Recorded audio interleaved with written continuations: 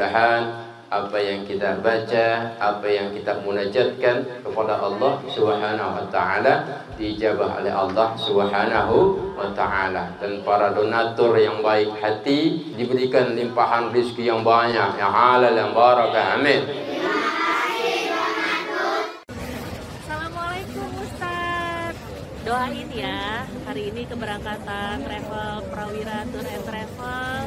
Doain semoga semua lancar, jamaah semuanya sehat, aman.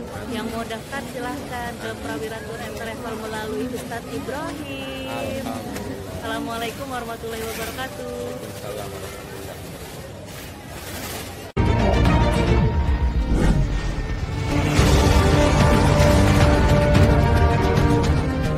Impian suci Anda kini lebih istimewa bersama Prawira Travel. Gabungkan keindahan ibadah umroh dan pesona Turki dalam perjalanan 13 hari yang tak terlupakan, mulai dari 37 jutaan saja. Rasakan kusyuknya ibadah di tanah suci, tertib, nyaman, dan dilayani oleh tim profesional yang selalu siap menemani Anda. Setelahnya, nikmati pengalaman memukau di Turki, berjalan-jalan di Kapadosia yang eksotis takjub dengan arsitektur megah Hagia Sophia, dan menyusuri indahnya Selat Bosforus. Perjalanan ini lebih dari sekadar ibadah. Ini adalah momen kebersamaan yang akan menjadi kenangan berharga sepanjang hidup. Durasi 13 hari. Harga mulai dari 37 jutaan. Fasilitas hotel berbintang, maskapai terpercaya, dan itinerary eksklusif. Mulai perjalanan Anda sekarang dengan harga terjangkau, fasilitas terbaik, dan pengalaman luar biasa.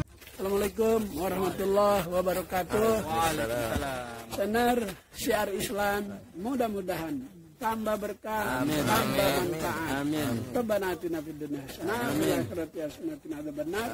Alhamdulillahirabbil Alhamdulillah.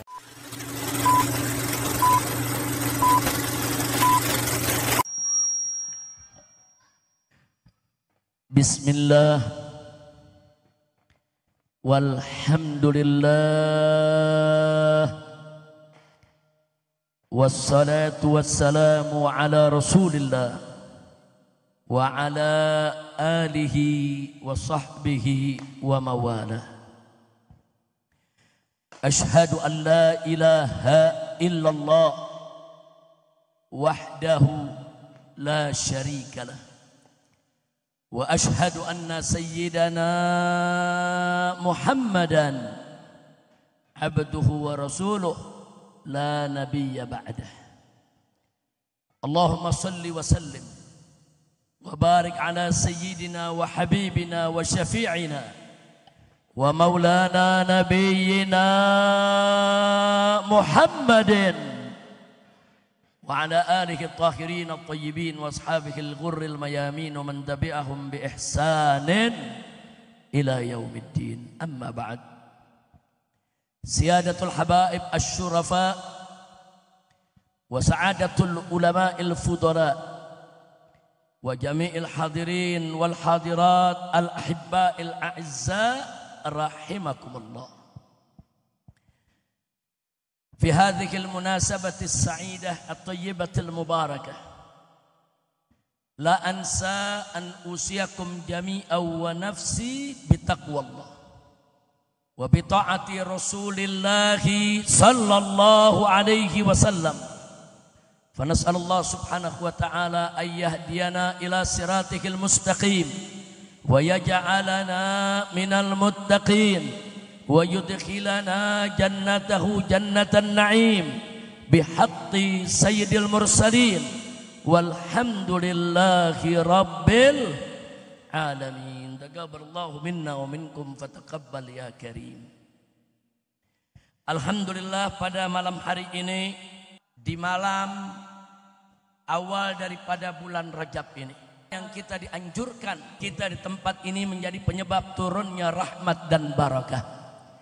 Apalagi malam ini kita kumpul bersama para habaib. Alhamdulillah, pada malam hari ini saya betul-betul gembira, senang, bahagia, bersyukur kepada Allah. Saudara, ternyata acara yang dulu dirintis semacam ini dengan tujuan mengumpulkan umat jangan sampai terpengaruh dengan acara-acara di Pondok Bambu ini, inisiasi oleh guru kita Al-Muhtaram Kiai Haji Munawir Asli, acara tersebut dilanjutkan, saudara. Dan direstui oleh keluarga besar daripada almarhum Kiai Haji Fakhur Razi Ishaq. Mulai dari rumah dikit-dikit dan sekarang yang kelima ini Kiai. Alhamdulillah ini yang kelima. Artinya keberlanjutannya ada, saudara. Makanya malam ini walaupun ini yang pertama kali saya hadir di acara malam tahun baru di tempat ini, tapi dulu hampir tiap malam tahun baru saya selalu hadir bersama Kiai Haji Fakhur Razi Ishaq di Kampung Melayu, saudara. Mudah-mudahan insya Allah Kiai Haji Munawir Asli beserta keluarganya, para jamaahnya, ya awal diadakan kita lihat bagaimana ulama-ulama, kiai-kiai yang ada di Duren Sawit, Pondok Bambu khususnya bersatu bersama untuk saudara memakmurkan acara ini. Al-Muhtaji Zayadi Muhajir. Kiai Haji Zayadi ini bukan sembarang kiai. Anda boleh tanya nanti sama Kiai Munawir Asli, ulama besar, ulama pejuang, saudara, yang hidupnya dihabiskan untuk dakwah kepada Allah. Murid-muridnya tersebar di mana-mana tempat, saudara. Nah, karena itu kita doakan agar Kiai Haji Munawir Asli beserta seluruh kiai ulama yang ada di Duren Sawit khususnya, dan teristimewanya juga keluarga besar, anak cucu murid dari almarhum wal maghfurlah Kiai Haji Zayadi Muhajir, saudara, semuanya disatukan oleh Allah Subhanahu wa taala, diberikan ridhonya, diberikan kemenangan dalam setiap langkah perjuangannya. Khususnya guru kita tercinta Kiai Haji Munawir Asli, agar beliau senantiasa diberikan kekuatan oleh Allah, diberikan kemenangan, dan kita semua diberikan husnul khatimah. Amin ya rabbal alamin. Jangan lupa doakan Majelis Taklim Al-Munawwir agar menjadi majlisan solehan, thayyiban, mubarakan, ma'muran, munawwaran ala hadhihi niyya wa likulli niyatin salihah. Wa ila hadratin Nabi Mustafa sallallahu alaihi wasallam bisiril Fatihah.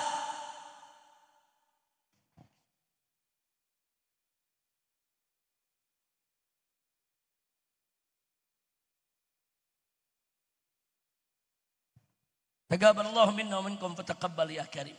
Dan yang membuat saya juga bahagia hadir bersama kita di sini guru-guru kita semua. Orang tua saya seketinta, guru saya Syekhi Al-Walid Al-Muhtaram Al-Mukarram Kiai Haji Maulana Kamal Yusuf. Begitu juga Syekhi Al-Walid Al-Muhtaram Al-Mukarram Kiai Haji Mahfuz As-Sirun, saudara.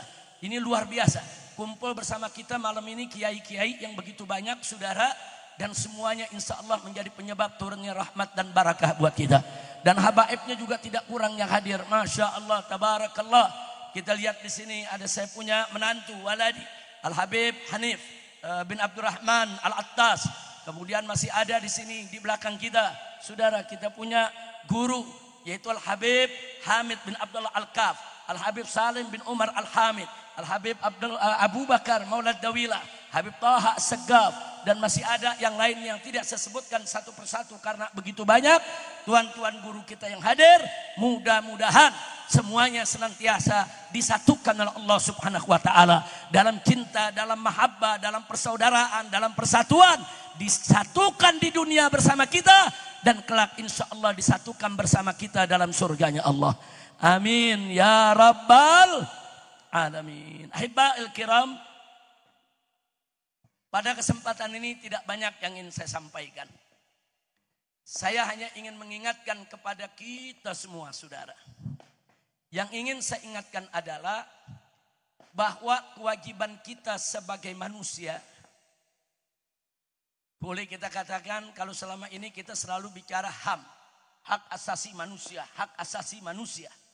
Tapi sedikit yang bicara soal KAM, soal kewajiban asasi manusia. Jangan melulu kita bicara hak, tapi kita melupakan kewajiban kita, saudara. Apa sih kewajiban asasi manusia, saudara? Satu ayat saja kita ingatkan untuk diri kita. Sebagaimana Allah nyatakan dalam Al-Quranul Karim, faqala ta'ala, wa ma khalaqtul jinna wal insa illa liya'budun. Itu kewajiban kita semua. Allah yang nyatakan, tidaklah aku ciptakan jin dan manusia kecuali hanya untuk beribadah kepadaku. Hanya untuk taat kepada Allah, ibadah kepada Allah, tunduk kepada Allah, laksanakan hukum Allah. Itu semua adalah kewajiban seluruh umat manusia, saudara. Tapi Hanya orang-orang mukmin saja yang ingin memenuhi kewajiban tersebut, saudara. Nah, maka itu yuk, saya ingin ajak pada malam hari ini saudara semua. Di malam tanggal 1 Rajab ini saudara, yuk mari sama-sama rame-rame kita semua. Bagaimana kita laksanakan kewajiban asasi manusia kita terhadap Allah Subhanahu wa ta'ala. Simpel kewajiban kita saudara. Apa-apa yang diperintahkan oleh Allah dan Rasulnya, jalankan. Apa-apa yang dilarang oleh Allah dan Rasulnya, tinggalkan. Saudara, simpel semata-mata hanya untuk mencari ridha Allah. Kalau itu bisa kita lakukan, saudara, maka berarti kita sudah melaksanakan kewajiban asasi manusia yang ditetapkan dan ditentukan serta dituntut oleh Allah Subhanahu wa ta'ala. Saya mau tanya semua, jawab yang kompak, siapa yang menciptakan kita? Jawab yang kompak, siapa yang menciptakan kita? Siapa maha pencipta? Siapa maha besar? Siapa maha mulia? Siapa maha tinggi? Takbir. Sallu ala nabi.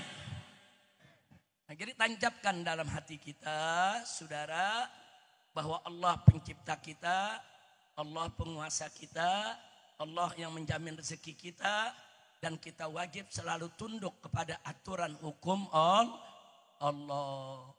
Kalau kita buka surat Al-Maidah, saudara, dari ayat 44, Allah menceritakan tentang umat Nabi Musa dengan segala macam hukum yang Allah turunkan kepada mereka.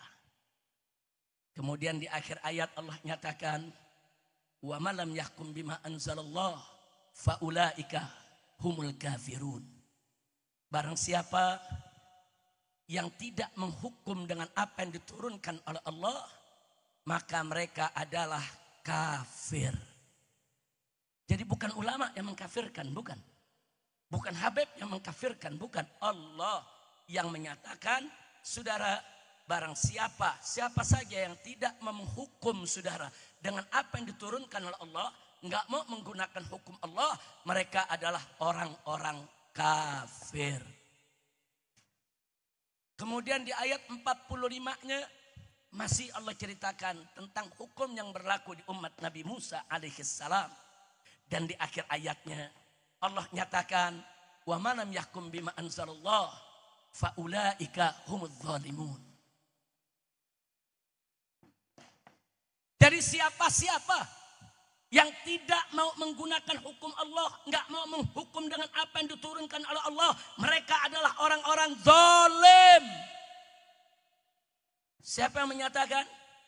Allah. Siapa yang berfirman? Allah, saudara.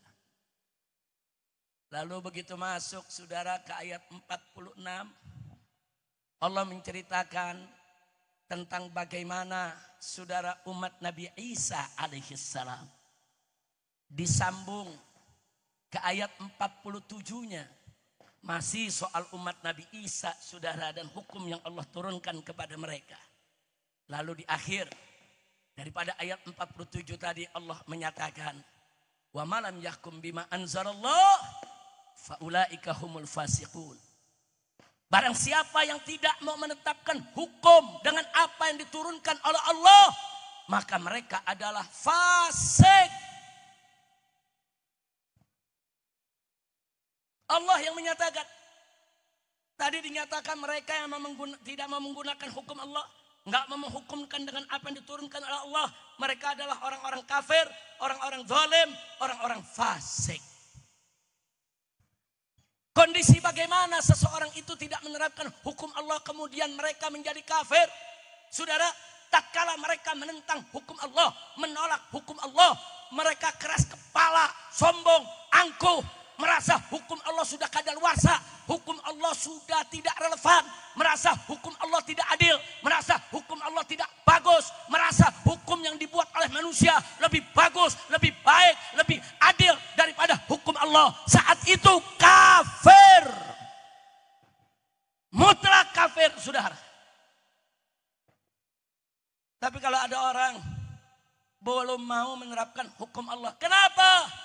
Karena nggak ngerti, nggak tahu agama. Saudara, Nah yang semacam ini mesti dikasih ngerti. Mesti dikasih paham. Mesti didakwahkan. Mesti diajarkan. Mesti dikasih tahu. Bahwa menerapkan hukum Allah wajib. Lalu berikutnya saudara Allah katakan tadi.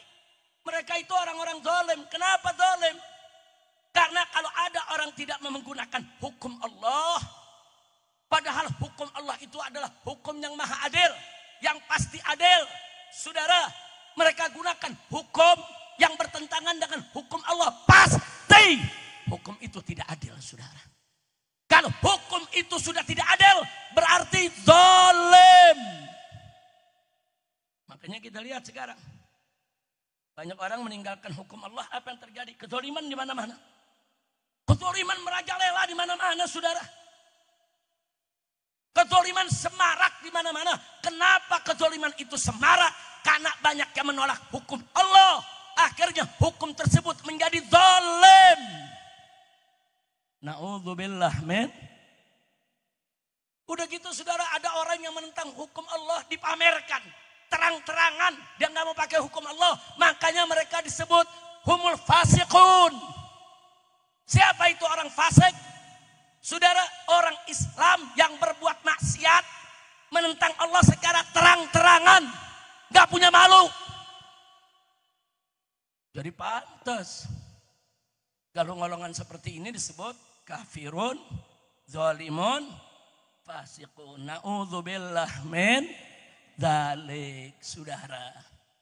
Nah, sekarang selanjutnya di ayat 48-nya Allah ingatkan kepada Nabi Sayyiduna Muhammad sallallahu alaihi wasallam. Di tengah ayat tersebut Allah nyatakan kepada Nabi, saudara, fahkum bainahum bima anzalallah. Hai Nabi, hai Rasul, fahkum bainahum bima anzalallah. Tetapkan hukum di antara mereka kau punya umat. Dengan apa? Bima anzalallah. Dengan apa yang sudah diturunkan oleh Allah. Allah yang perintahkan Nabi. Terapkan hukum Islam. Terapkan hukum Allah. Jangan ikuti hawa nafsu siapapun. Begitu masuk ayat 49-nya. Di awal ayat.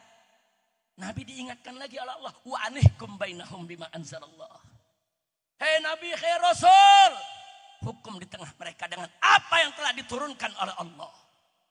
Jadi dari rentetan ayat 44, 45, 46, 47, 48, 49 surat Al-Maidah tersebut, saudara, kita tahu kalau gitu dulu semua nabi, termasuk Nabi Musa, Nabi Isa alaihi wassalam, sampai kepada Nabi kita Sayyiduna Muhammad sallallahu alaihi wasallam, mereka semua bersama umatnya wajib untuk menjalankan hukum Allah. Nah, kenapa wajib menjalankan hukum Allah? Itu tadi yang saya sampaikan di awal pembukaan, saudara. Bahwa itu adalah kewajiban asasi manusia. Kewajiban asasi umat Islam, tunduk kepada hukum Allah. Jalankan hukum Allah. Jaga hukum Allah. Terapkan hukum Allah. Bela hukum Allah. Jangan sekali-kali meninggalkan hukum Allah, saudara. Allah pencipta kita. Karena Allah pencipta kita, Allah penguasa kita. Allah Rabbul Alamin, saudara. Allah ini pemilik daripada alam semesta ini, saudara. Maka Allah adalah yang paling berhak untuk bikin aturan buat hambanya, saudara. Gak ada manusia punya hak untuk bikin aturan. Allah yang berhak bikin aturan buat ciptaannya, saudara. Pahami itu, masukkan dalam hati jiwa kita, saudara. Sehingga sudah bertahun-tahun saya sampaikan bahwa ayat suci akan selalu ada di atas ayat konstitusi. Gak boleh ayat suci kalah. Gak boleh ayat suci dikalahkan. Gak boleh. Konstitusi selama sejalan dengan ayat suci kita patuhi, kita jalani, kita bela. Tapi begitu ada konstitusi yang bertentangan dengan ayat suci, wajib direvisi. Gak boleh untuk kita jalankan, lawan, luruskan, ubah supaya tidak bertentangan dengan ayat suci, saudara. Kira-kira jelas tidak? Saya mau tanya semua di sini, saudara, semua di sini saya mau tanya, kita ciptaan siapa? Kita ciptaan siapa? Siapa Maha Pencipta? Siapa Tuhan kita? Angkat jari satu semua, takbir. Siapa Maha Tunggal? Siapa Maha Esa? Siapa Maha Besar? Takbir. Sallu ala Nabi. Kita lanjut saudara ke ayat 50-nya. Ini pamungkas luar biasa saudara. Di ayat 50 Allah tegur nih kita semua. Allah tegur umat Nabi yang mau nyeleweng-nyeleweng dari hukum Allah. Apa Allah nyatakan? Afa hukmul jahiliyati yabghun? Wa man ahsanu minallahi hukma liqaumi yuqinun. Shadaqallahul azim. Apa kata Allah? Itu manusia-manusia yang gak mau pakai hukum Allah.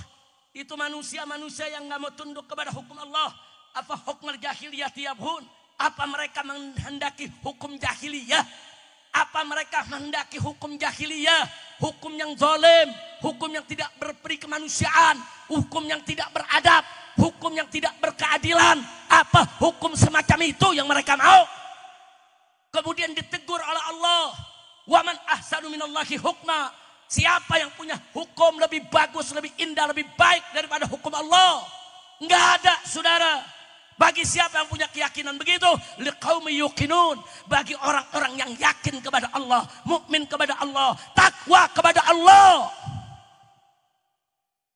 Nah, makanya saya ajak nanti kalau pulang ke rumah, buka surat Al-Maidah. Dari ayat 44, 45, 46, 47, 48, 49 sampai ayat 50. Baca, renungkan saudara. Jadi Allah udah kasih tahu. Nggak ada hukum sebagus hukum Allah, nggak ada. Nggak ada hukum seindah hukum Allah, nggak ada. Nggak ada hukum seadil hukum Allah, nggak ada. Nah jadi sekarang kita lihat di kehidupan kita saat ini sudah. Kenapa kemungkaran merajalela, kemaksiatan merajalela, korupsi merajalela, saudara, kezaliman, pembunuhan di mana-mana merajalela karena meninggalkan hukum Allah. Dan kalau sudah meninggalkan hukum Allah, saudara, rusak kehidupan kita.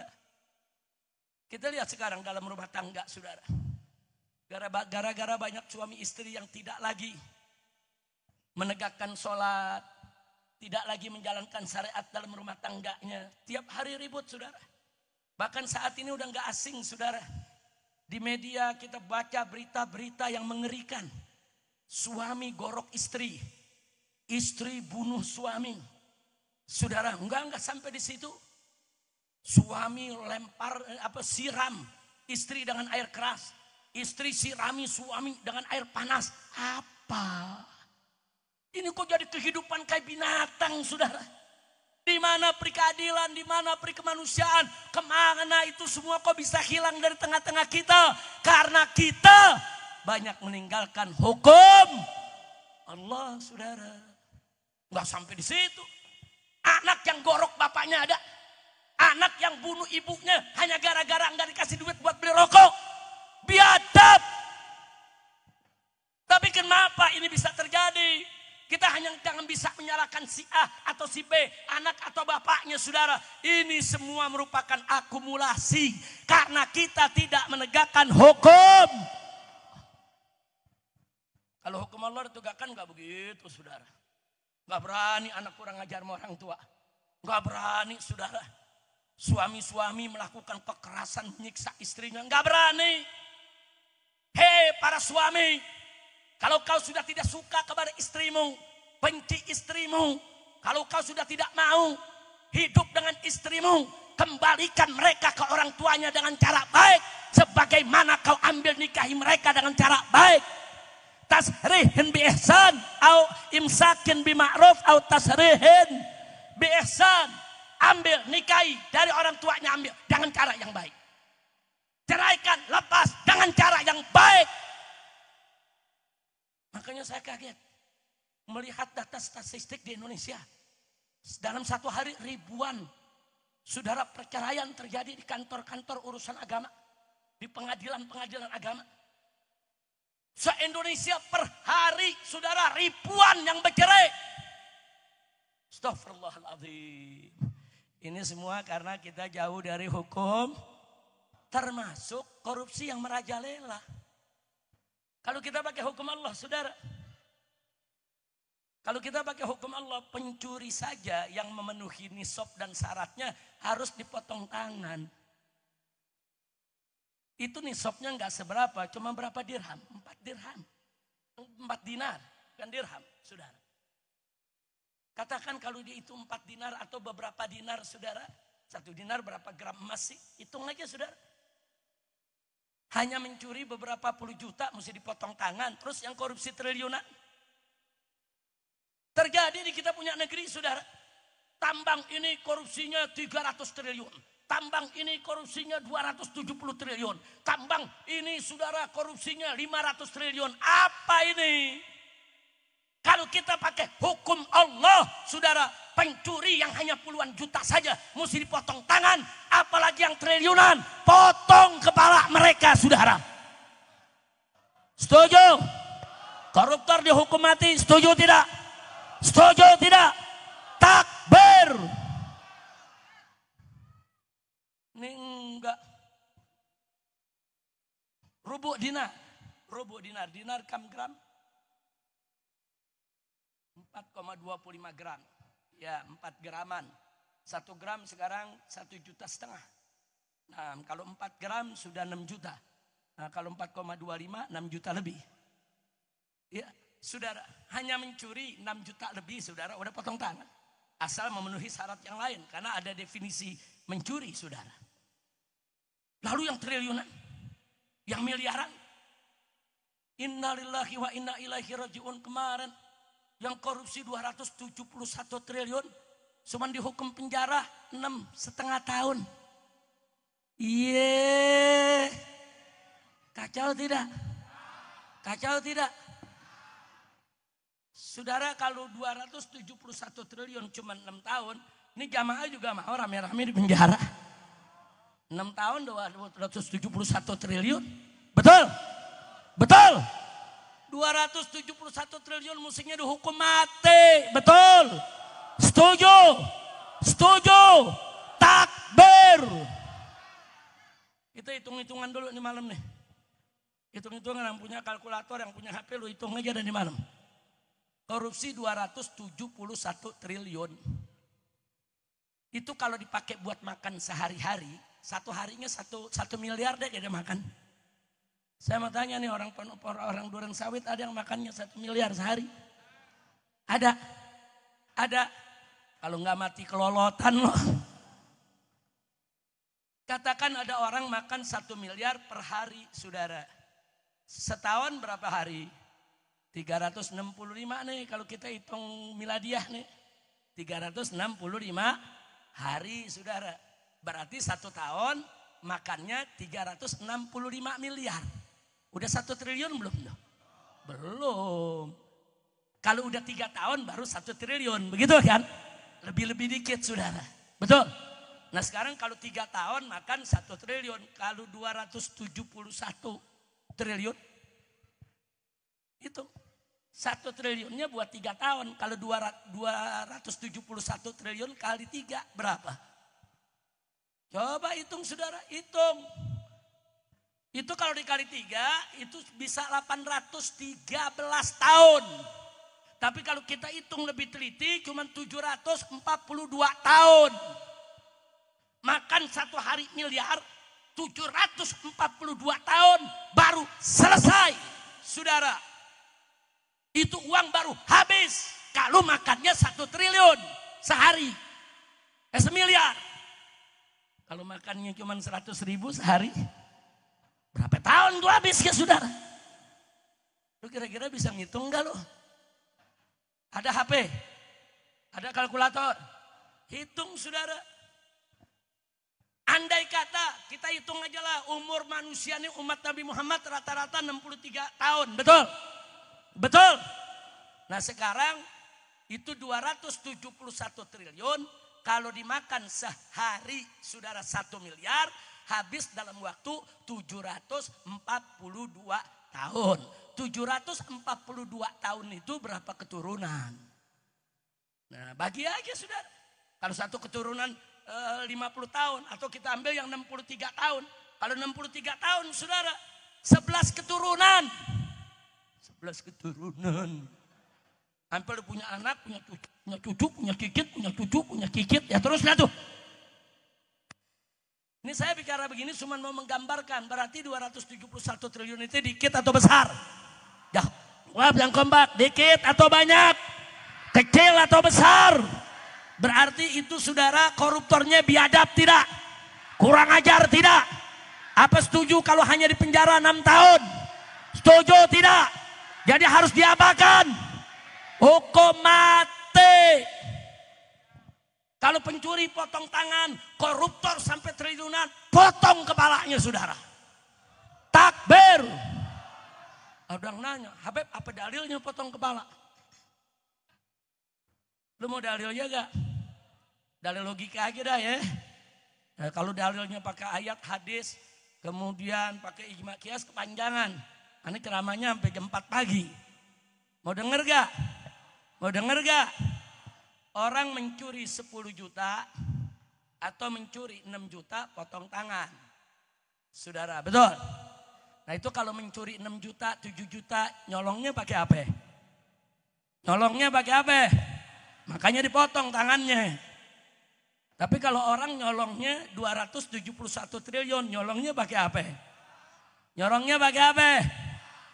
Otaknya di mana? Potong kepalanya. Kira-kira setuju gak? Setuju gak? Lu kalau setuju jangan diam aja, teriak, protes. Jangan diam saudara, kurang ajar ini. Makanya malam hari ini saya mau ajak. Anak muda. Enggak ada sautannya. Anak muda. Ya gue males panggil lu dah.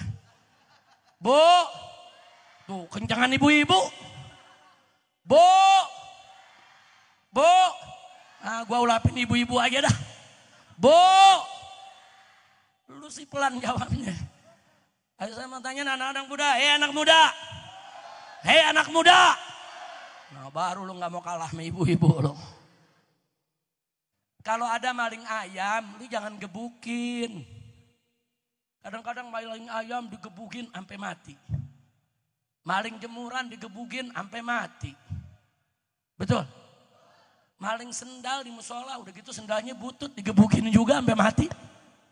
Tega banget, jangan. Kalau ada maling-maling rekian begini, tangkap, serahin ke polisi. Biar diproses, saudara. Setuju? Setuju? Kecuali rampok, begal, bunuh orang, saudara. Memperkosa yang punya rumah. Nah kalau begitu gue serahin dah ke masyarakat. Tapi kalau sekedar nyolong sendal jepit, jemuran, saudara, udah gitu yang dicolong, caldem udah bolong. Pak kalau gebukin, tega loh. Jangan. Begitu tangkap aja, serahin kemana? Ke polisi, saudara. Serahin aja ke polisi, saudara. Tapi kalau ada koruptor, miliaran, apalagi triliunan, yang begitu boleh kita uber. Kejar, gelar pengadilan rakyat, gantung di Monas rame-rame, saudara. Setuju tidak? Takbir. Siap lawan koruptor, siap ganyang koruptor, siap basmi korupsi. Takbir. Ini ada lagi nih, saudara. Temuan baru.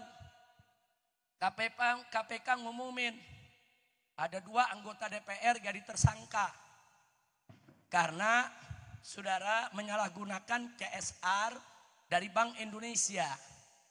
CSR itu apa sih? CSR itu saudara corporate social saudara responsibility. Artinya pertanggungjawaban suatu perusahaan. Kalau ada pabrik gula saudara. Nah nanti itu diminta mengeluarkan dana sosial untuk membantu para petani tebu yang selama ini membantu mereka beri masukan supaya pabrik gulanya jalan.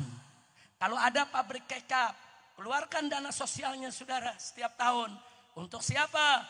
Untuk para petani kedelai. Karena tanpa mereka kedelai nggak ada. Kalau nggak ada kedelai, kecap nggak ada. Kasih itu namanya CSR. Atau bahasa Inggrisnya CSR, saudara. Itu hak rakyat. Saudara, oh kalau ada developer membangun perumahan di satu perkampungan, saudara, truk mereka bolak-balik, jualanan hancur, rusak, saudara, masyarakat dirugikan, keluarkan dananya, bikin jalanan, aspal, hot mix, supaya masyarakat ikut merasakan keuntungan perusahaan. Bagus tidak? Itu namanya CSR, saudara. Itu namanya CSR. Itu aturannya ada undang-undangnya, saudara. Sekarang CSR Bank Indonesia, saudara, yang jumlahnya miliaran diberikan kepada anggota DPR. KPK ngumumin 2 anggota DPR terlibat, saudara. Umat teriak, tangkap, tangkap, tangkap. Akhirnya 2 orang anggota tadi ngaku. Dia bilang ke KPK, bukan saya aja yang ngambil. Semua anggota Komisi 11 dapat juga. Begitu KPK tahu semua anggota Komisi 11 dapat juga, ditutup tuh kasus. Nggak jadi ada tersangka. Kurang ajar tidak? Kurang ajar tidak? Apa DPR berhak dapat CSR, saudara? Enggak. CSR tuh buat masyarakat. Jadi kalau di Duren Sawit ada pabrik, saudara, yang rusak jalanan, tokoh masyarakat boleh datang. Minta dong CSR-nya, betulin jalanan. Minta dong CSR-nya. Itu dari kau punya tempat banyak sampah. Rapihin dong tempat sampah. Rapihin dong saluran air. Itu CSR. Untuk masyarakat. Bukan buat anggota dewan. Gila negeri, saudara. Gila. Nggak sampai di situ, saudara. Dana PSN, saudara. Dana program-program proyek-proyek strategis nasional. Berdasarkan laporan, saudara, PPATK, saudara, ini laporan resmi, dinyatakan 36%, saudara, dikorupsi. Ini ada apa? Ini negeri mau dibawa kemana? Ini akibat kita tidak menerapkan hukum. Maka itu saya mau tanya semua di sini, saudara, mau pakai hukum Allah? Betul? Betul? Takbir. Saya tambahkan satu lagi, saudara. Salah satu ciri negara sakit. Kita mau tahu nih, negara kita sehat apa sakit? Kalau kita mau tahu salah satu cirinya, kata Ibn Khaldun, saudara, kalau itu negara bergantung kepada pajak. Kalau negara tersebut bergantung kepada pajak dari rakyat, negara itu sakit, saudara. Ini di Indonesia nih. Supaya Anda tahu, ini laporan resmi dari BPS, Badan Pusat Statistik, pada tahun 2024 yang baru lalu, saudara. Apa dikatakan? Bahwa APBN, anggaran pendapatan, saudara, negara Indonesia ini 82,4% diperoleh dari pajak. Astagfirullahaladzim. Kenapa jadi dari pajak, saudara? Saya baca laporannya, saudara. Ternyata dari sumber daya alam kita. Sumber daya alam kita ini kaya banget. Kita punya minyak sawit, kita punya minyak bumi. Saudara, ada timah, nikel, emas, batu bara, bauksit, aspal, segala macam. Sampai uranium kita punya, saudara. Kaya raya. Bahkan sampai, saudara, mantan pimpinan KPK, itu namanya Abraham Samad pernah menyatakan dalam satu wawancara, itu kalau salah satu tambang itu nggak dikorupsi, saudara, itu hasilnya cukup dibagi-bagi buat rakyat Indonesia, satu orang 20 juta per bulan gratis. Itu baru satu tambang. Di kita nih ada puluhan tambang. Ternyata laporannya saya baca, saudara, dari sumber daya alam Indonesia cuma 7% pendapatan buat negara. Dan jumlahnya cuma 207 triliun. Sementara yang dikorupsi tadi baru urusan satu tambang aja 271 triliun. Belum yang lainnya, saudara. Ini kenapa ribuan triliun, saudara, dikorupsi, yang dikasih buat negara cuma 207 triliun. Gila ini negeri edan, saudara. Dan ini nggak boleh dibiarkan. Nggak boleh. Yang kaya makin kaya, yang miskin makin miskin. Nah, sekarang kita lihat apa yang terjadi di tengah-tengah kita, saudara. pabrik banyak yang tutup, pribumi gulung tikar, rakyat sengsara, banyak pengangguran, cari kerja susah, akhirnya nyolong kiri kanan. Saudara, susah tidak rakyat? Susah tidak rakyat? Ini semua gara-gara korupsi. Nah, itu saya mau tanya nih, sebelum saya akhiri. Kita mau damai tidak sama korupsi? Setuju kalau sama koruptor damai? Pala lu bomenyan damai. Kok koruptor diajak damai? Enggak ada damai, tegakkan hukum. Hukum yang berat, penjara mereka seumur hidup, kalau perlu hukum mati. Kalau jumlahnya sudah kelewat batas, betul? Makanya saya berkali-kali di mimbar sering ngomong, Pak, Bu, korupsi di zaman Pak Harto ada, bukan nggak ada, banyak. Tapi korupsinya di kolong meja. Korupsinya di mana? Kolong meja. Begitu masuk zaman reformasi, saudara, korupsinya naik ke atas meja. Lebih berani terang-terangan, paham? Begitu di zaman Jokowi, meja-mejanya di bawah hari. Kacau tidak? Kacau tidak? Ini yang menilai bukan saya saja. Hari ini kita dikejutkan, saudara. Dengan satu berita mengejutkan. Saudara, berita apa itu gerangan, saudara? Ada satu organisasi, saudara, yang kerjanya di bidang proyek pelaporan. Namanya OCCRP, saudara. O-nya itu organized, saudara. Sementara C-nya itu crime, saudara. Organized crime and corruption. Reporting, saudara, project. Artinya apa? Proyek, ini lembaga proyek internasional untuk pelaporan kejahatan yang terorganisir dan kejahatan korupsi. Di situ diletakkan ada 5 sampai 6 nama koruptor paling, saudara, tinggi di dunia. Yang nomor 2, Jokowi. Ini apa bagaimana cerita ya, saudara? Ini nama bangsa Indonesia, ini merusak nama negara, saudara. Itu OCRP itu, saudara, supaya Anda tahu, itu organisasi jurnalis internasional yang setiap tahun dia memberikan laporan ke seluruh dunia, saudara. Seluruh kepala negara di dunia akan baca itu laporan. Presiden Indonesia, saudara, Presiden Indonesia yang sekarang menjadi mantan Presiden Indonesia ditempatkan sebagai orang paling korup di dunia.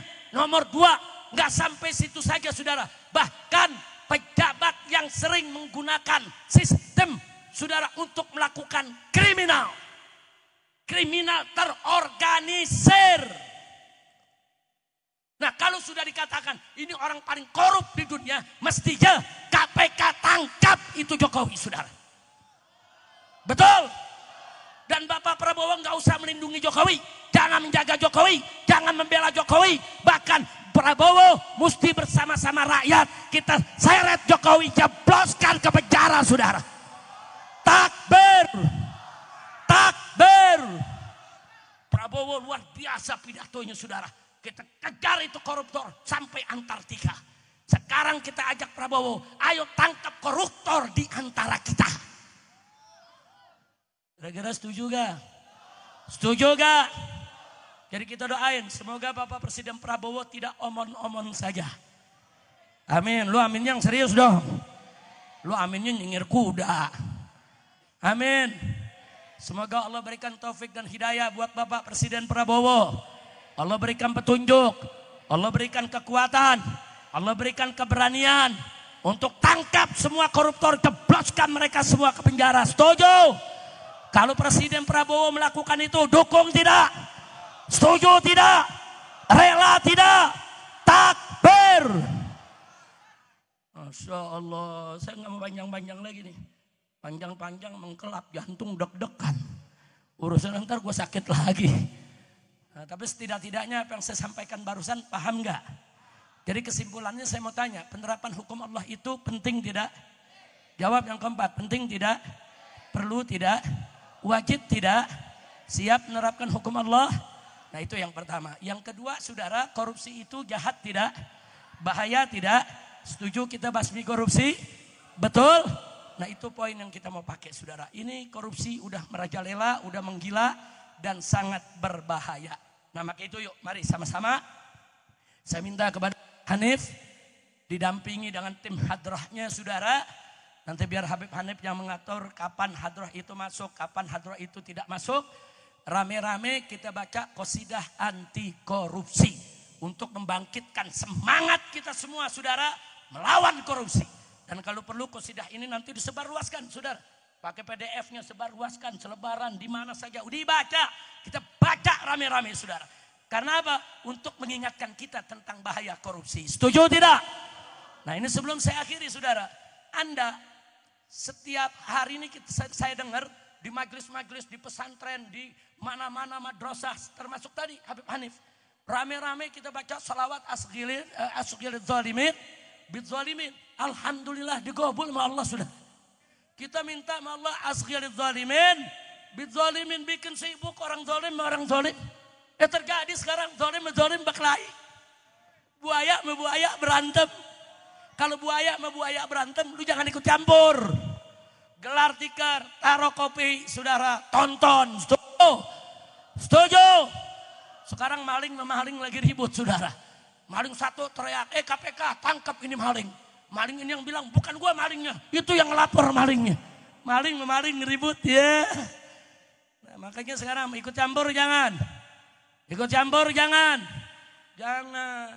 Ini doa Anda sedang bekerja. Allah gabulkan. Kan gak disangka. Menteri-menteri ribut. Jenderal-jenderal ribut. Pejabat-pejabat ribut. Main telanjang-telanjangan saudara. Iya mana anak pejabat yang buntingin anak orang. Dibuka juga saudara. Udah kacau, udah hancur-hancuran udah. Nah makanya kalau udah begitu diam, tenang. Sebentar lagi akan datang pertolongan Allah. Amin. Amin. Amin. Nah pokoknya kita jangan mau diadu domba. Setuju? Adu domba hukumnya haram. Apalagi adu manusia. Adu domba aja haram. Tapi kalau ada setan bagaimana? Adu setan bagaimana? Wajib. Setan sama setan. Laki berkelahi. Lu jangan pisahin. Kalau dulu lu adu lagi tuh setan. Kira-kira jelas gak? Jadi berarti doa umat Islam minta kepada Allah asghilil zalimin bidzalimin. Gobol tidak? Gobol tidak? Alhamdulillah. Jangan putus, itu selawat. Terus baca saudara. Lawan. Kita udah lawan pakai macam-macam cara. Ame demo udah saudara. Ama pilpres udah. Ama pilkada udah. Udah kita lawan udah macam-macam cara. Sampai FPI dibubarin. Saudara 6 laskar pengawas saya dibunuh. Sampai pengurus FPI ditangkap-tangkapin. Semua udah kita kerjain saudara. Udah semua udah kita kerjain saudara. Tapi karena mereka ini tidak sadar-sadar. Saudara kita masih punya senjata. Doa kepada Allah. Ad-doa silahul mu'min. Baca doa. Biar Allah yang hancurkan mereka. Amin. Amin ya Rabbal alamin. Nah, termasuk qasidah yang mau dibaca oleh Habib Hanif. Nanti itu penghabisannya ada. Ayo bangkit basmi korupsi. Itu apa? Itu juga doa. Supaya semua orang yang dengar ini bangkit. Lawan korupsi. Jangan biarkan korupsi di tengah-tengah kita. Jadikan korupsi sebagai common enemy. Musuh bersama bangsa Indonesia. Setuju?